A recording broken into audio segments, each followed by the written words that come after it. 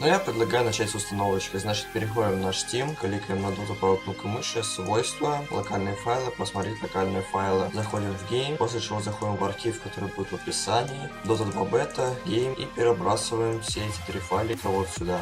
Заменяем, вот и все, прекрасно. После чего заходим уже в саму игру. Вот я перешел в доту, и теперь давайте же тестить наши читы. Значит, чит выглядит ночью вот так вот. Сейчас, скорее всего, скоро будет день. Ну и давайте тестить. Значит, первое у нас есть камера хак, то есть здесь высота камеры можем регулировать. Нет никаких зеленых полосок, как в прошлых читах. Угол поворота тоже можем регулировать, но я этим не пользуюсь, вообще не понимаю, зачем их надо. Также есть угол наклона, но не советую его вообще трогать. Зачем? После чего у нас идет Overlay Info. Это HP бар у наших противников. И также можем переключить стиль манобара. Следующий идет Cooldown Overlay. То есть вот у Свена есть первый скилл. Мы видим то, что у него на единичке он вкачан этой точкой. Вот сейчас он у нас запульнет его. И видим то, что у него нет больше скилла. Следующий идет Автоюз, то есть прожимает фейзы, прожимать ботл на фонтане, прожимать Мидас только на рейндж крипа, прожимать дасты, вешать урну на себя союзников, вешать урну на противников, прожимать мегу дрейвсы и прожимать стики. Следующий Anti-Healation, то есть он автоматически будет дизейблить. То есть если, допустим, на вас летит какой-нибудь акс и захочет там кинуть на вас агар, то вы просто его автоматически поднимете в ветра. Rune Snatcher, значит, включаем эту функцию, скрываем наш скрипт,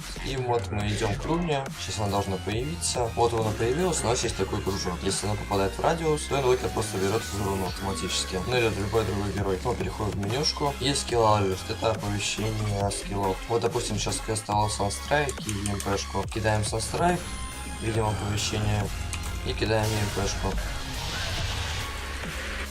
Я думаю, тут все понятно. Давайте дальше. Кастовый меч радиус. От себя радиус настроим. После чего есть на инвокер панель у нас. Очень удобная штука, особенно для инвокеров. И также есть контроль сферу, то есть когда мы бегаем, ничего не трогаем. То есть когда мы бегаем, ничего, никого не трогаем, у нас идут вексы. Когда мы его ударим, у нас идут экзорты. Такого плана работает. Эта менюшка не кликабельна, но зато показывает, какие скиллы у вас в кулдауне.